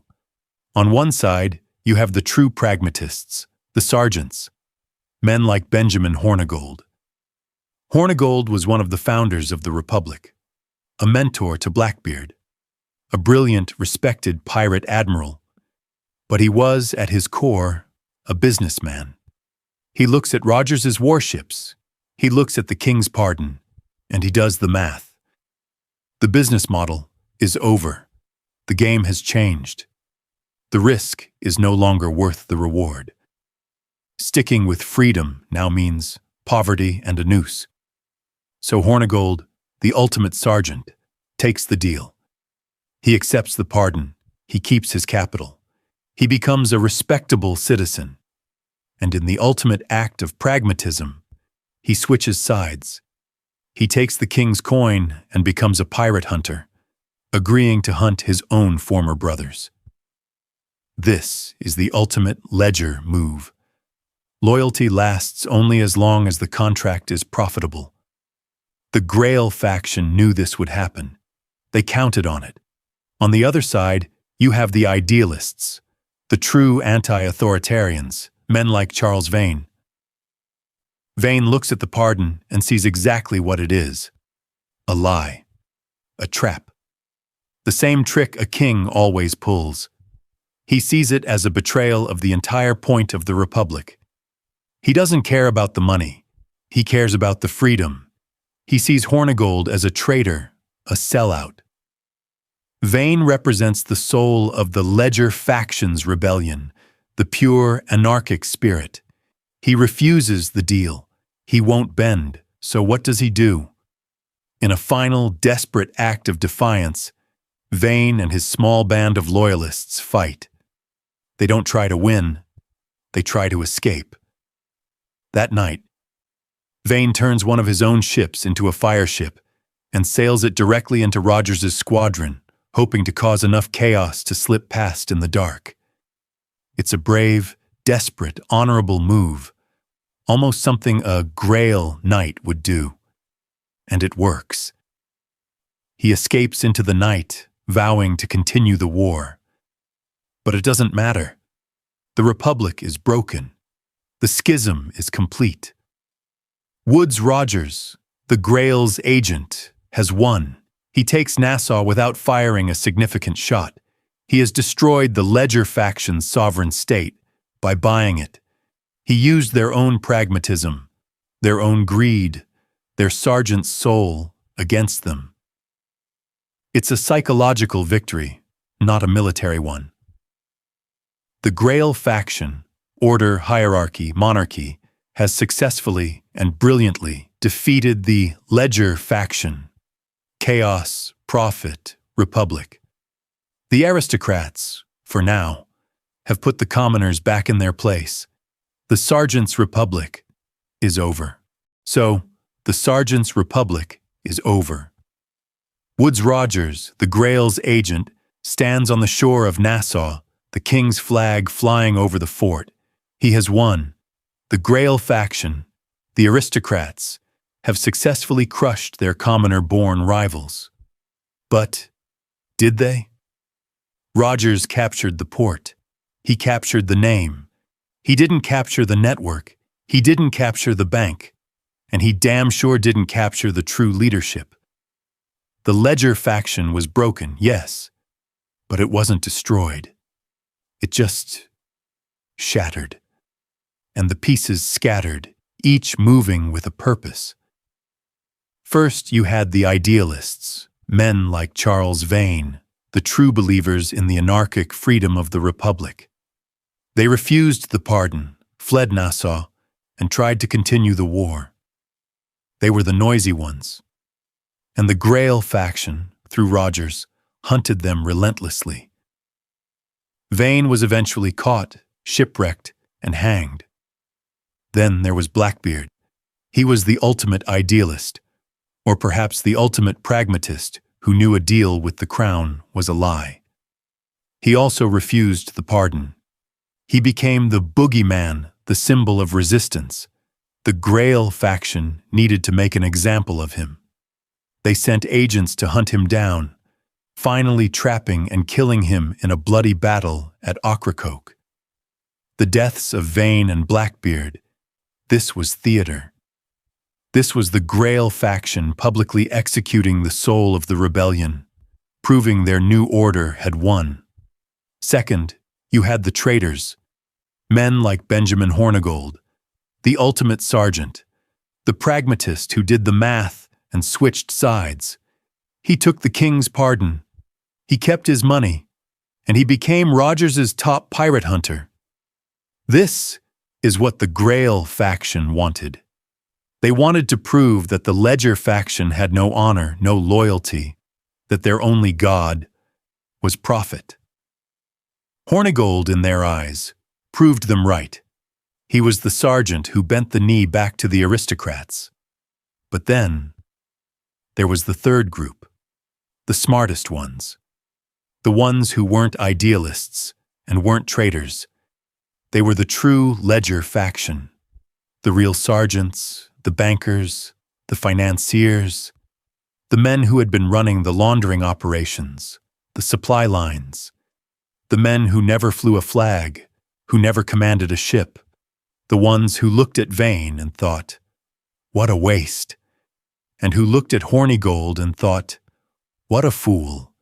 He traded his freedom for a leash. These men, they also saw the end coming, but they didn't fight, and they didn't surrender.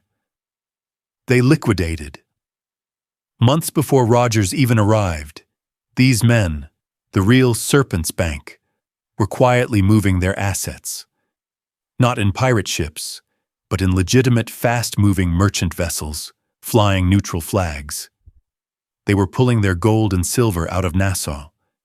They were faking ledgers for Rogers to find.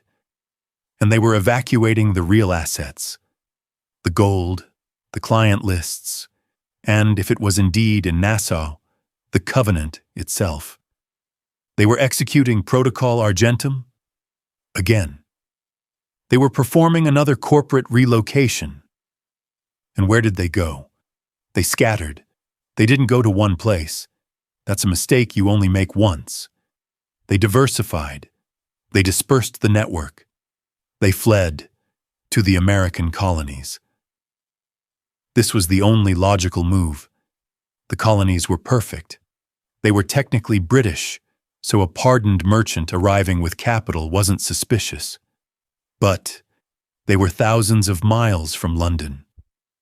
Royal authority was weak. The governors were corruptible, and the local merchant class. They hated the king's taxes and trade restrictions. They were already a culture of smugglers. The Ledger faction wouldn't just be hiding there, they'd be home. So one sergeant, with his share of the gold, might settle in Newport, Rhode Island, a port already infamous as a pirate haven. He'd buy a distillery, a warehouse. He'd become a respectable merchant. Another might go to Charleston, South Carolina. He'd buy a plantation, not because he was an aristocrat, but because it was a phenomenal business investment and a perfect cover. A third, perhaps the leader of the evacuation, the grand banker himself, would go to the center of it all, Philadelphia. A city founded on religious tolerance, a city that despised the crown's authority, a city run by merchants and bursting with new, radical ideas. They melted into the colonial landscape. The Ledger faction was defeated, yes, but it was not destroyed. It had just reinvested, and it had brought its gold, its anti-monarchical rage, and its 400-year-old grudge with it. The Grail faction thought they had won. They thought they had crushed the sergeants for good. They had no idea. They had just pushed their rivals into the very place that was about to destroy the Grail's entire world. So the Sergeant's Republic is over, crushed. Woodes Rogers, the Grail's agent, has won. The aristocrats have put the commoners back in their place. The Ledger faction is scattered, broken, and defeated. At least, that's what the Grail faction believed. That's the report Rogers sent back to his noble-born backers in London. They toasted their victory in their private lodges, secure in the knowledge that their order, their hierarchy, their worldview had prevailed. They had no idea. They had just made the single greatest mistake in the history of their 400-year war. They didn't destroy the Ledger faction. They unleashed it. They didn't end the war. They just moved the battlefield. Because the real sergeants, the bankers, the smart ones, they took the pardon. They liquidated their assets, and they moved. They didn't flee to some God-forsaken jungle. They executed a corporate relocation. They moved to America. They settled in Newport, Rhode Island, a port already famous for flexible customs laws. They settled in Charleston, a booming center of commerce. And they settled in Philadelphia, the fastest-growing city in the New World, a city founded by Quakers, bristling with anti-authoritarian, anti-monarchical ideas. They didn't look like pirates. They looked like respectable merchants, ship owners, distillery operators, plantation owners, because it was a phenomenal business investment, a perfect cover. They laundered their vast, untraceable pirate gold into the very foundations of the colonial economy. They became the new money, the new elite, and they waited. They integrated. They built their businesses. They built their networks, and they watched. They watched as their old rivals, the Grail faction, made the same moves. The Grail aristocrats, they were the loyalists. They were the royal governors sent from London. They were the ones with the vast, king-given land grants in Virginia and New York. They were the establishment, the enemy. And for 50 years, these two ancient warring factions of the Templar Order coexisted in the pressure cooker of the American colonies. The Grail faction, secure in their manor houses, believing they had won. And the Ledger faction, quiet in their counting houses, their rage and their grudge just simmering. And then, the 1770s, the King of England, the same crown whose agent, Woodes Rogers, had destroyed their republic, gets greedy. The Stamp Act, the Tea Act. The crown begins to squeeze the colonies, begins to threaten the profit and the autonomy of the colonial merchants. And the Ledger faction, the sergeants, the bankers, the descendants of pirates. They look at this, and they smile. This is the opportunity. This is the moment, the perfect storm. Because this time, they won't just be fighting the Grail's king, they will be fighting the Grail faction itself, the Loyalists, right here, on their own turf. And this time, they have a new proxy army, the American people. The American Revolution was not just a war for independence. It was the final corporate takeover. It was the Ledger faction's ultimate act of revenge. Think about it. Where did the revolution start? In Boston, a port city, a smuggler's city. Who funded the Sons of Liberty? Who paid for the smuggled gunpowder? Who owned the ships, the privateers, that crippled the British merchant marine? Was it just patriotic farmers? Or was it a sophisticated network of merchants, shippers, and bankers, the descendants of the Ledger faction, who saw a chance? They unleashed their bank. The hidden offshore pirate gold was activated. It flowed silently into the coffers of the Continental Congress. It paid for the weapons. It paid for the spies. They used their sergeant's skills. They ran the logistics. They used their old pirate routes to smuggle French arms past the British blockade. They turned their merchant ships into privateers. John Paul Jones? He wasn't just a patriot. He was a privateer operating in the Grand Ledger tradition. He was their new admiral, and the Grail faction, the Loyalists, the aristocrats, they were obliterated. They lost everything. Their lands were confiscated.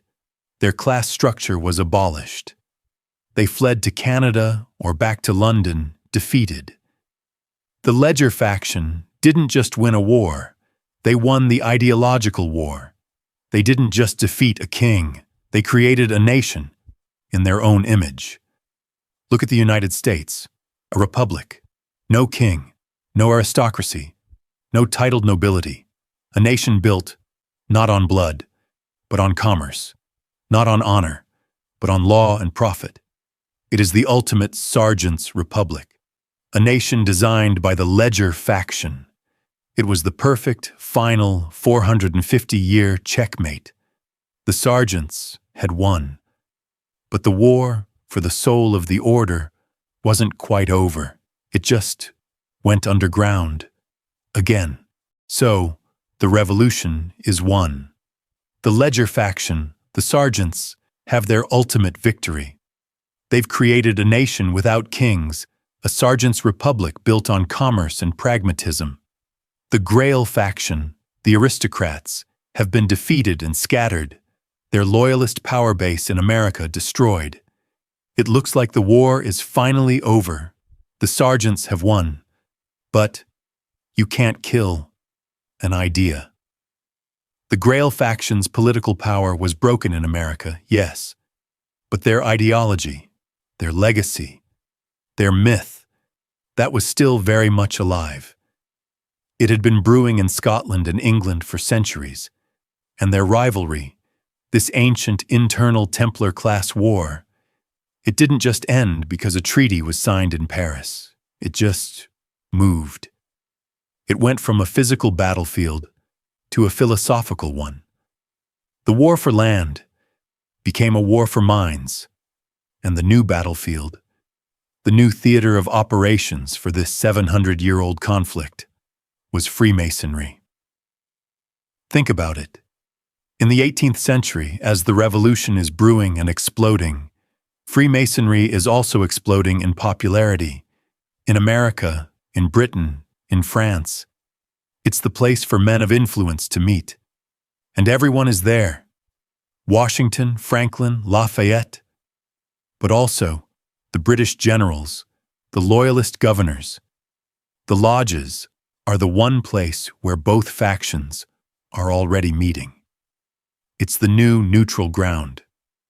But it's not neutral, because the structure of Freemasonry itself is a mirror of the original Templar schism. The lodges become the new headquarters for the Grail and Ledger factions. This is where they rebuild, recruit, and continue their war. Look at the York Rite. This is the pure Grail faction. Its origins are British, it's aristocratic, it's mystical. And what is its highest, most coveted, most dramatic degree? The Order of the Knights Templar. This is their story. A story of chivalry, of honor, of Christian mysticism. The rituals are all about nobility, about guarding the tomb, about lineage.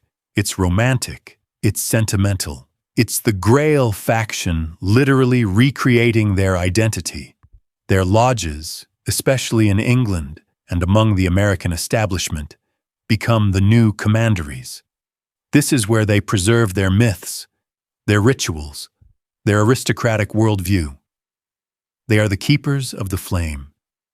But then, you have the Scottish Rite. And this is the Ledger faction. Its origins are French and Scottish, yes, but its philosophy, its spirit, is radical. It's political. It's philosophical.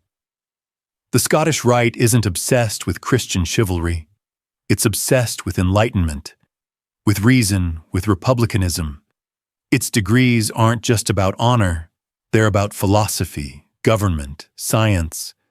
This is the sergeant's Freemasonry. It's not about who your father was, it's about what you know. It's a meritocracy. Just like the Ledger faction itself. And it's this rite that becomes wildly popular in revolutionary America and revolutionary France. It's the radical, anti-monarchical wing of the craft. Do you see it? The entire Templar class war is now replaying itself inside the lodges. It's Grail, York Rite, versus Ledger, Scottish Rite. It's the aristocrats versus the pragmatists. It's honor versus reason, myth versus system. And this isn't just a philosophical debate. It's a war for influence. Throughout the 19th century, these two factions, hidden within the respectable cloak of Freemasonry, are competing. Competing for members. Competing for political control. Competing for the soul of the new American Republic they both claim to have founded. The Grail faction tries to pull the new nation back towards tradition, order, hierarchy, closer ties with Britain. The Ledger faction pushes for expansion, commerce, radical individualism, total separation from the old European monarchies. This secret, internal Masonic war, this Templar war, it's the hidden engine driving American politics for the next 100 years. And it's about to evolve. Again. It's about to leave the lodges and enter the boardrooms. So, the war for the soul of America, the war between the two Templar factions, rages in the secret, wood-paneled halls of Freemasonry throughout the 19th century. The Grail faction, the aristocrats, builds its romantic, chivalric mythos in the York Rite. The Ledger faction, the pragmatists, builds its republican philosophical framework in the Scottish Rite. It's a war of ideas, of influence. But as the century wears on, as the Civil War tears the nation apart and rebuilds it, the battlefield shifts again. It moves from the lodge to the boardroom. It's no longer just about philosophy. It's about money, raw, industrial, total power. This is the Gilded Age, the age of robber barons and railroad tycoons.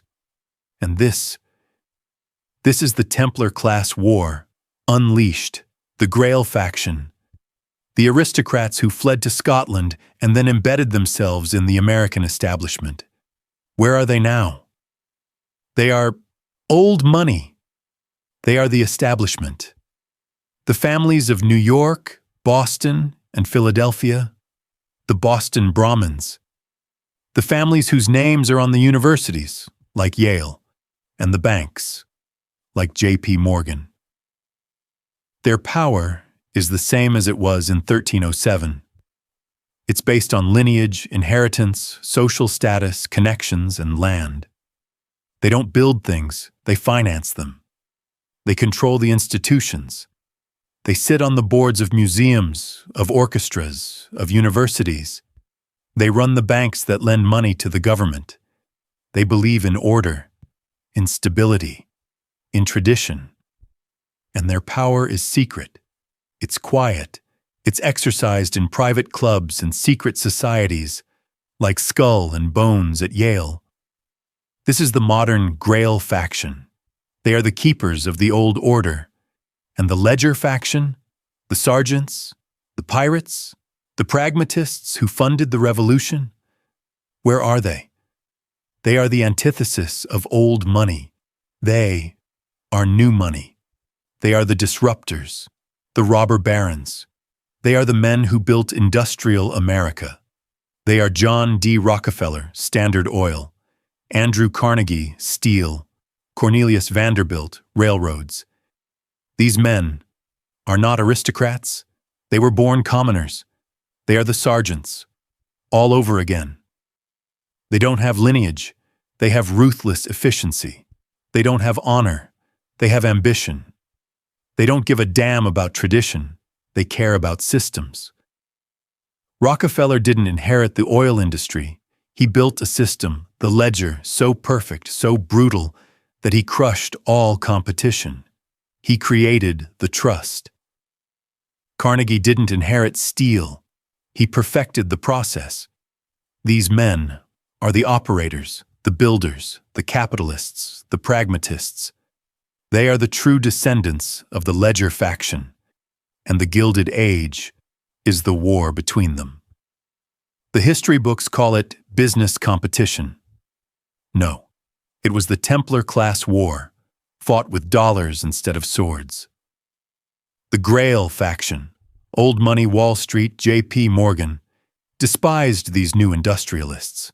They saw them as vulgar, chaotic, commoners, thieves, the same way the knights in their white mantles saw the sergeants in their brown ones. These new money men were brute force, all profit and no class. They were disrupting the Grail's orderly world. And the Ledger faction, new money, Rockefeller, Carnegie, looked back at Wall Street, and they felt the same 700-year-old resentment. They saw parasites. They saw the aristocrats, men who produce nothing, who build nothing, but who live off the inheritance and connections of their grandfathers. They saw the Grail faction as a leech on the engine of progress they were building. This was the war. The Grail faction tried to control the Ledger faction by controlling the money, the banks.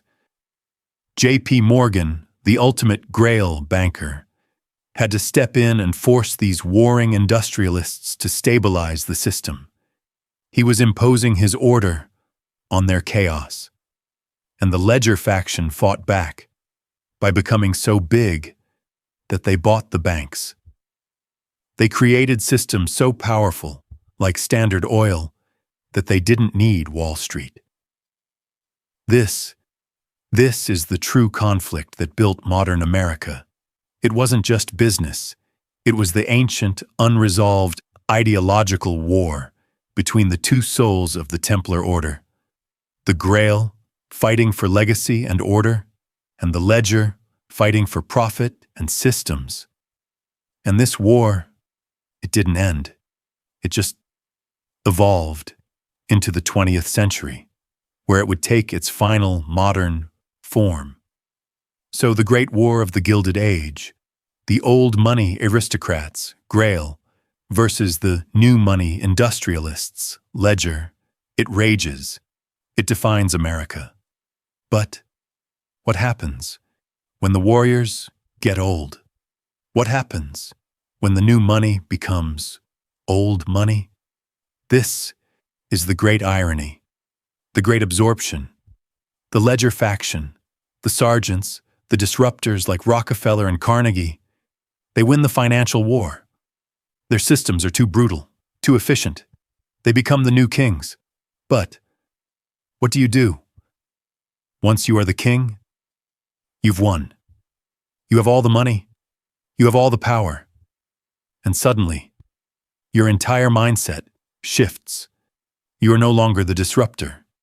You are now the establishment. You no longer want chaos, competition, or revolution. That's bad for business. You want stability. You want order. You want predictability. You want legacy. And just like that, the ledger faction becomes the Grail faction. The soul of the sergeant gets replaced by the soul of the knight. The operator becomes the aristocrat. Rockefeller, the ruthless ledger pragmatist, spends the end of his life becoming the ultimate Grail patron. He doesn't build more factories. He builds institutions. The Rockefeller Foundation, the University of Chicago. He's not building profit anymore. He's building legacy. He's not fighting the system. He is the system. This is the great synthesis of the 20th century. The two factions merge at the top. They become a new aristocracy, a new Grail faction, a fusion of old blood and new money. And this is the establishment that runs the world today. So where is the Grail faction now? Look around. They are the invisible architecture of modern power. They are not a person. They are a network. They are the foundations. The Ford Foundation, the Carnegie Endowment, the Rockefeller Foundation. These aren't just charities. They are engines of influence. They have billions of dollars, and they use that money to shape the world according to their vision. They fund the universities. They fund the studies. They fund the journalists. They create the consensus. They are the order. They are the think tanks, the Council on Foreign Relations, CFR, the Trilateral Commission, the Bilderberg Group. What are these? They are the new commanderies. They are the private lodges, where the real Grail faction, the heads of banking, intelligence, academia, and media, meet. They meet to decide what stability and order mean for the rest of us, and they are the academic networks, the Ivy League, Harvard, Yale, Princeton. These aren't just schools, they are recruiting grounds. They are the seminaries for the new aristocracy. Look at the societies. Skull and bones. What is that? It's a Grail ritual. It's an initiatory system designed to find the next generation of guardians and bind them to the order. The goal of the modern Grail faction is the same as it was in 1440.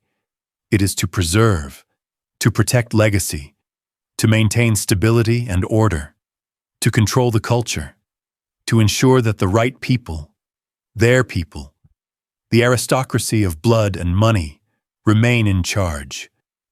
They are the keepers of the institution. They are the status quo. They are the cathedral.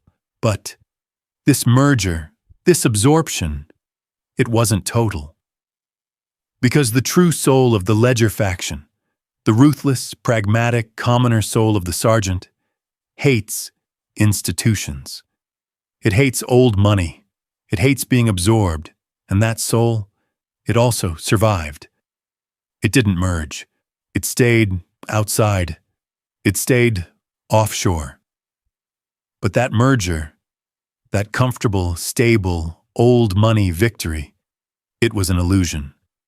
Because the true soul of the sergeant, The real ledger faction cannot be absorbed. It is by its very nature anti-authoritarian, anti-establishment, and anti-aristocracy. It despises old money and legacy, because legacy is just a polite word for inefficiency. The true ledger soul, the ghost of the pirate admiral, the ghost of the sergeant banker, it didn't join the club. It didn't build a foundation. It stayed outside. It stayed offshore. It stayed digital. It stayed pragmatic. While the Grail faction was busy building their cathedral, the Ledger faction was building the system. So where is the Ledger faction today? Look away from the Ivy League. Look away from the Washington think tanks. Look at the money.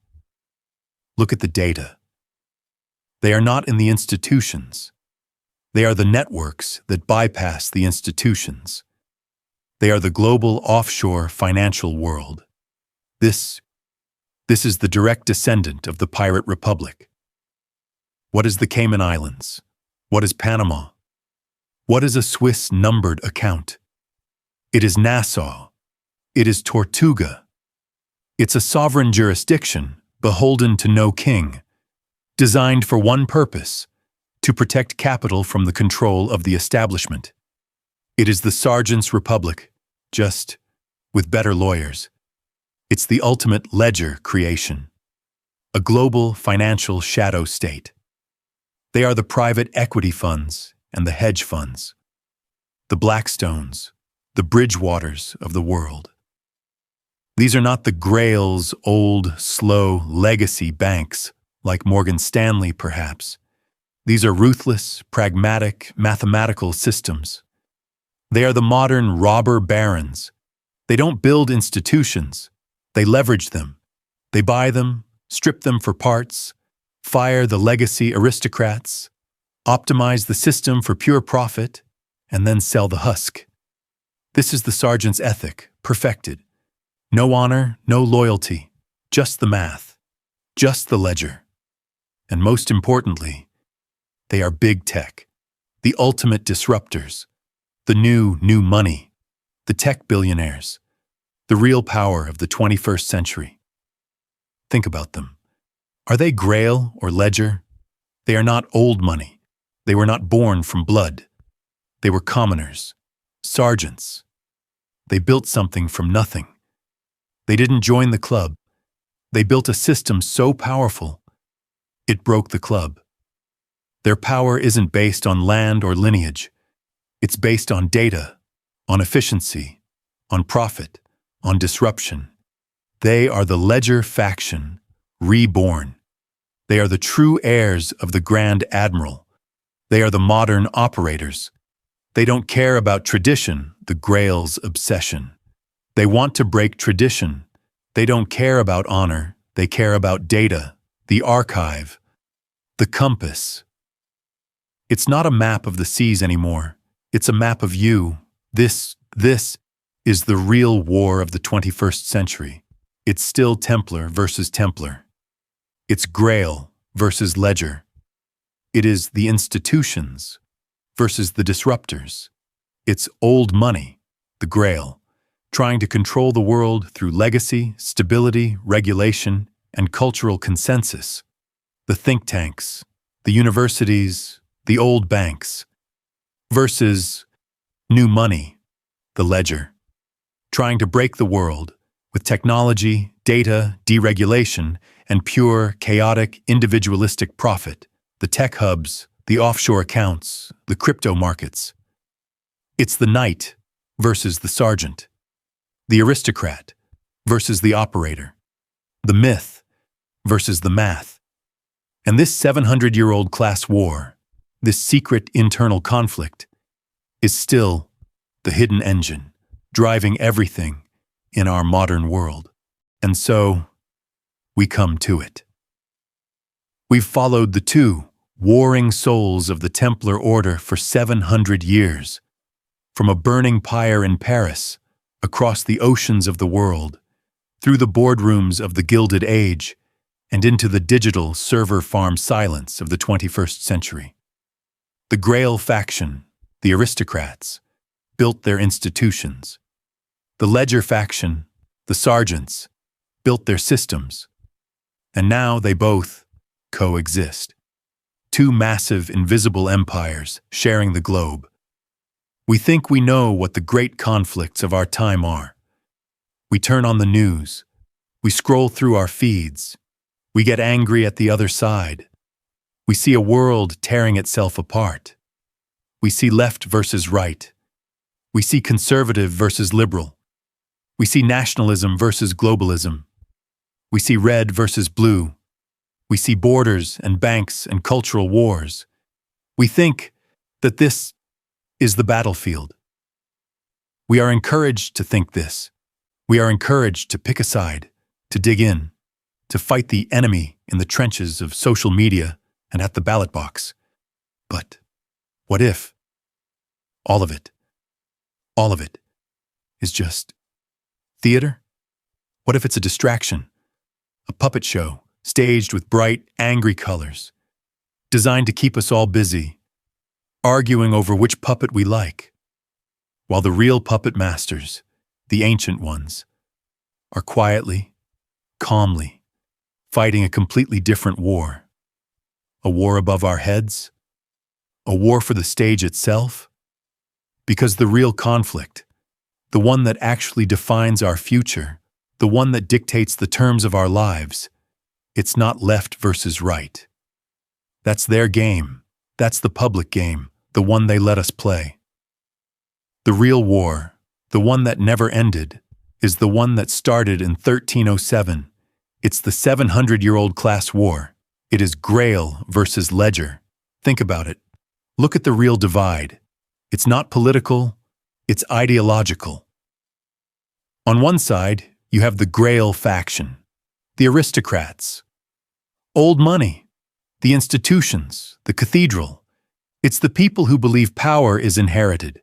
Power comes from blood, from lineage, from tradition, from honor. They believe in order, in stability, in hierarchy. They believe they were born to lead. They want to control the world by preserving its institutions. They are the keepers of the myth. They are the establishment. And on the other side, you have the Ledger faction, the commoners. New money, the systems, the disruptors. It's the people who believe power is earned or taken. Power comes from math, from data, from efficiency, from pure, cold, ruthless profit. They believe systems are superior to bloodlines. They don't care about your family name. They care about your data profile. They don't care about tradition. They care about efficiency. They want to control the world by breaking the old institutions and replacing them with their own. They are the keepers of the system. This is the real war. It's the establishment versus the algorithm. It's the university, Grail, versus the startup, Ledger. It's the Federal Reserve, Grail, versus cryptocurrency, Ledger. It's blood versus math. It's the knight versus the sergeant. And we're just living in it. We are the pawns in their 700-year-old chess game. The political fights we see every day, they aren't real. They're just proxy wars. They are just the shadows that these two ancient warring Templar factions cast on the wall. So, here we are, you and I, at the end of this 700-year shadow war, sitting in the quiet of the 21st century. And we are left with a choice. The battle lines are drawn, not on a map, but through our entire society. The Grail faction, the aristocrats, the old money, the institutions, they offer us order, stability, tradition, meaning. A world where everything has its place, where history matters, where legacy is everything. They are the keepers of the myth. And the Ledger faction, the sergeants, the new money, the systems, the disruptors. They offer us efficiency, merit, progress, freedom, a world where nothing is sacred except the math. Where your blood doesn't matter, only your data. They are the keepers of the system. The question is no longer which story is true. The question is, which side is winning? Look around. The Grail's institutions, universities, governments, old media, they feel like they're crumbling. They feel slow, inefficient, obsolete. And the ledger's systems, big tech, global finance, data mining, they feel unstoppable, inevitable, all-powerful. Does that mean the sergeants, the commoners, finally won? That the 700-year-old class war is finally over? That the system has finally defeated the myth? Or is that just the last and greatest illusion? What if the ledger faction, the tech billionaires, the disruptors, what if they think they're winning? What if they think they're the new masters of the universe? But what if the final move in the Grail's long game was to create them? What if the Grail faction, the old money, the institutions, funded the creation of the ledger's systems, precisely because it's the ultimate tool of control? A system that convinces everyone they are free. You can post anything you want. While in reality, it's the most perfect surveillance and control grid ever imagined. A ledger that catalogs every single soul. Maybe the ledger faction didn't win. Maybe it was just absorbed. Maybe the sergeant just became the knight's most brutal, most efficient, unsuspecting enforcer. Maybe the Grail always wins in the end, because the Grail always plays the long game. We can't know. That's the point. The war is invisible, the lines are blurred, but the conflict is real. And you and I, we are living in it. We are the prize. So, as you get ready for sleep, as the world outside your window hums with digital silence, you're left with one final question. You, personally, which are you? Are you a Grail? Do you believe in honor, tradition, legacy, myth?